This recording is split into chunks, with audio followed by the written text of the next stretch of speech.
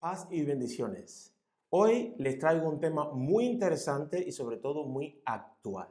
¿Ha escuchado hablar del arrebatamiento?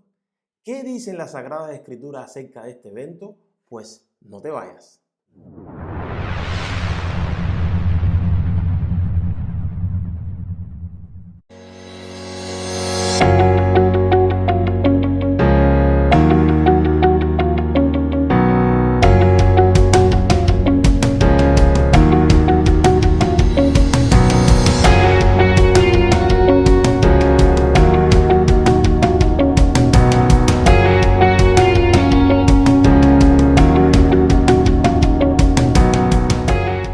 Shalom a todos, bienvenidos nuevamente aquí en este su canal Libres por la Verdad. Como escuchó en la introducción, vamos a hablar acerca del evento del arrebatamiento. ¿Qué dicen las Sagradas Escrituras acerca de este tema? Pues vamos a adentrarnos de lleno. En 1 Tesalonicenses capítulo 4, del versículo 13 al 18 aparece esta palabra y dice así el pasaje. Hermanos, no queremos que ignoren lo que va a pasar con los que ya han muerto, para que no se entristezcan como esos otros que no tienen esperanza. ¿Acaso no creemos que Jesús murió y resucitó? Así también Dios resucitará con Jesús a los que han muerto en unión con Él. Conforme a lo dicho por el Señor, afirmamos que nosotros, los que estemos vivos y hayamos quedado hasta la venida del Señor, de ninguna manera nos adelantaremos a los que ya han muerto. El Señor mismo descenderá del cielo con voz de mando, con voz de arcángel y con trompeta de Dios, y los muertos en Cristo resucitarán primero. Luego los que estemos vivos, los que hayamos quedado, seremos arrebatados junto con ellos en las nubes para encontrarnos con el Señor en el aire, y así estaremos con el Señor para siempre. Por lo tanto, anímense unos a otros con estas palabras. El apóstol Pablo escribió estas palabras para que los creyentes supieran cómo animarse unos a otros ahora que estamos viviendo en los tiempos del fin. Y esa es la perspectiva que vamos a tomar con esta palabra, aunque vamos a estar analizando lo que la Escritura dice al respecto. Mucho se ha hablado, mucha doctrina ha comenzado acerca del arrebatamiento. Yo lo que quiero es que juntos investiguemos lo que dice la palabra de Dios acerca del tema. Para comenzar, la palabra arrebatamiento significa tomar por la fuerza, significa raptar, asir rápidamente. La manera en que aparece este verbo griego aquí en este pasaje es única, aunque el verbo aparece en otras formas, como en ese pasaje conocido dice que el reino de los cielos sufre de violencia y solo los violentos lo arrebatan. Es la misma palabra, la misma raíz, lo que es escrita de otra forma. Cuando hablamos de rapto o arrebatamiento, debemos preguntarnos qué dice la Escritura acerca del momento en que va a suceder, y aquí va a estar el énfasis. De antemano les digo que hoy no vamos a poder tratar todo el asunto, por eso vamos a estar haciendo varios capítulos para descubrir juntos lo que está escrito acerca de este pasaje. En cuanto a lo que hemos leído en primera a los Tesalonicenses, hoy quiero llamarle la atención a 3 detalles de suma importancia para poder entender lo que Pablo estaba escribiendo. En primer lugar, dice que conforme a lo que dijo el Señor. Pablo, para dar esta enseñanza, se está basando en unas palabras dichas por el mismo Maestro Jesucristo. Estas palabras las encontramos en Mateo 24 y más adelante las vamos a estar analizando con detalles. Tiene un paralelo en Marcos y tiene un paralelo en Lucas. Pero fíjense que lo que Pablo está diciendo es conforme a una palabra que él tenía, que los creyentes de aquel tiempo tenían del Señor acerca de esta temática. Consecuentemente, todo lo que se interprete acerca del arrebatamiento tiene que coincidir, sin contradicción alguna, con lo que el Señor mismo enseñó. En segundo lugar, Pablo afirma que los que estén vivos en ese momento del arrebatamiento no se adelantarán de ninguna manera a los que ya murieron en conexión con Cristo. De hecho, él se consideraba como que podría estar presente en ese momento al escribir los que estemos vivos. Pero afirma, de ninguna manera nos adelantaremos a los que ya murieron en el Señor. Por lo tanto, toda la interpretación que se dé al arrebatamiento tiene que sucede después de la resurrección de los muertos. Pablo, un israelita, al que nosotros a veces lo consideramos judío y a veces lo consideramos cristiano, conforme al estándar que nosotros conocemos, se consideraba que podría estar presente. Para él era una realidad, de hecho eminente, que él iba a estar presente en el momento del arrebatamiento. Y nos da este orden que lo vamos a comprobar en diferentes lugares de las Sagradas Escrituras. Un tercer aspecto es el orden de los eventos que Pablo describe aquí. Vamos a leer nuevamente el pasaje.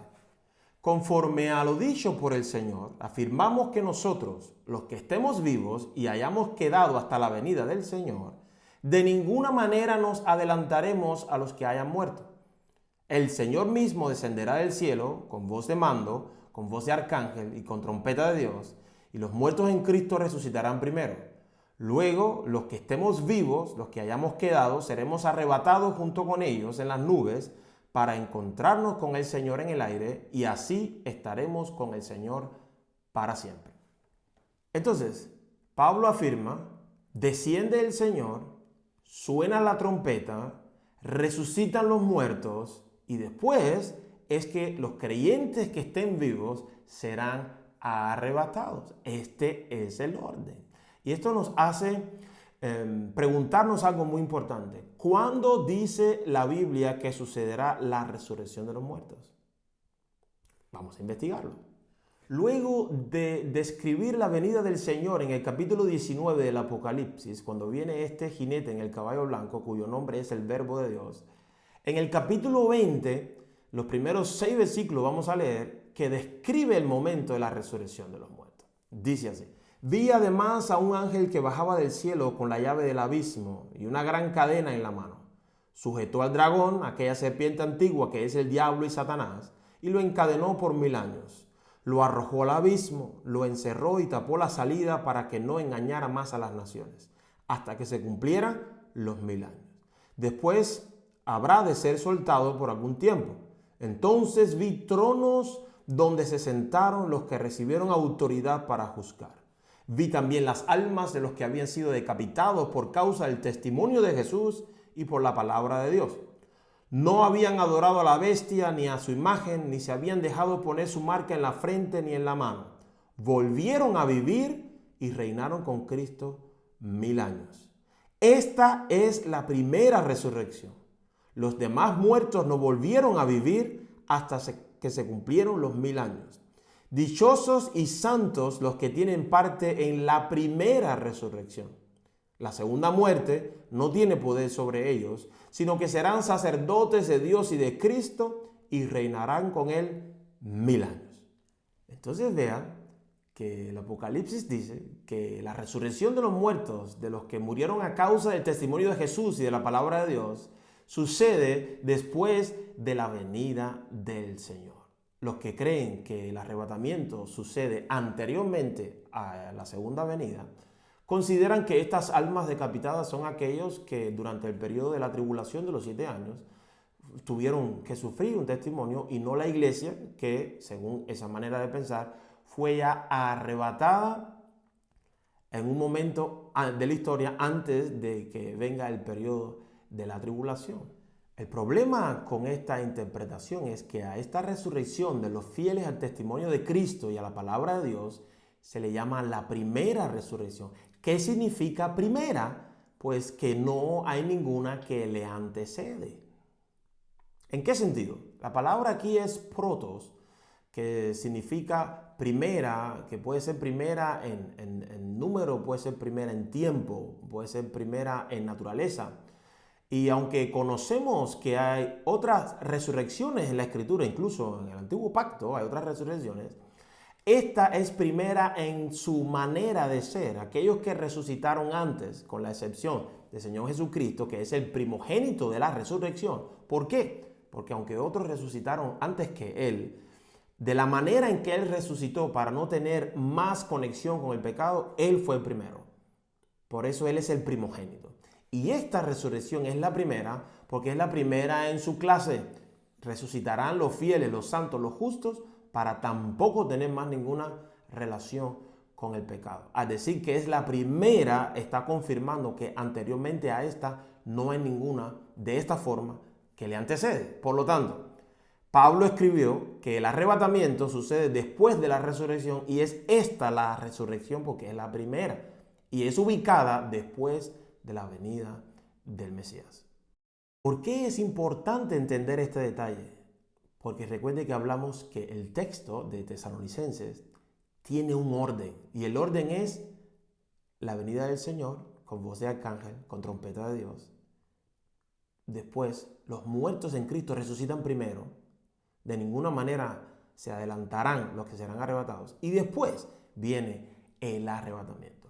¿Podemos confirmar este orden en otro lugar en la Escritura? Pues la respuesta es que sí. El mismo apóstol Pablo, escribiéndole ahora a los Corintios en el capítulo 15, a partir del versículo 50, dice lo siguiente: les declaro, hermanos, que el cuerpo mortal no puede heredar el reino de Dios, ni lo corruptible puede heredar lo incorruptible. Fíjense bien en el misterio que les voy a revelar. No todos moriremos, pero todos seremos transformados. En un instante, en un abrir y cerrar de ojos, al toque final de la trompeta, pues sonará la trompeta y los muertos resucitarán con un cuerpo incorruptible y nosotros seremos transformados. Pablo aquí repite el mismo orden. Viene el Señor, suena la trompeta. Aquí Pablo nos da otro detalle, dice que es la final trompeta.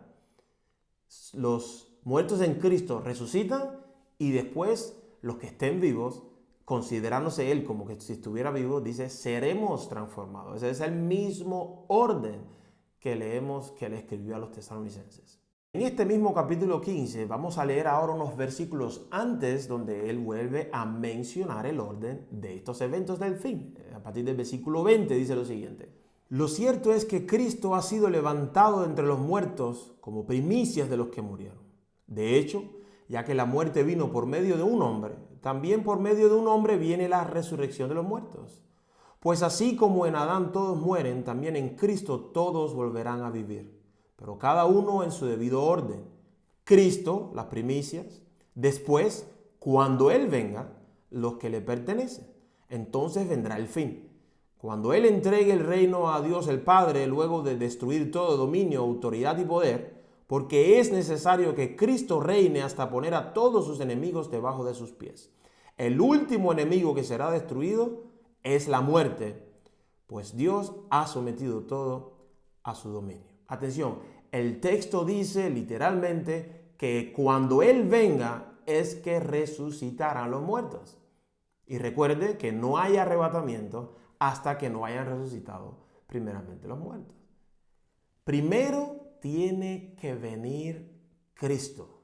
Después resucitan los que murieron con la esperanza puesta en el Mesías y luego los que le pertenecemos seremos transformados. Es lo que la Escritura nos está diciendo continuamente. Luego, el Mesías reinará hasta que sea derrotado el último enemigo y ese último enemigo es la muerte. Esto también lo vamos a estar comprobando en el libro del Apocalipsis.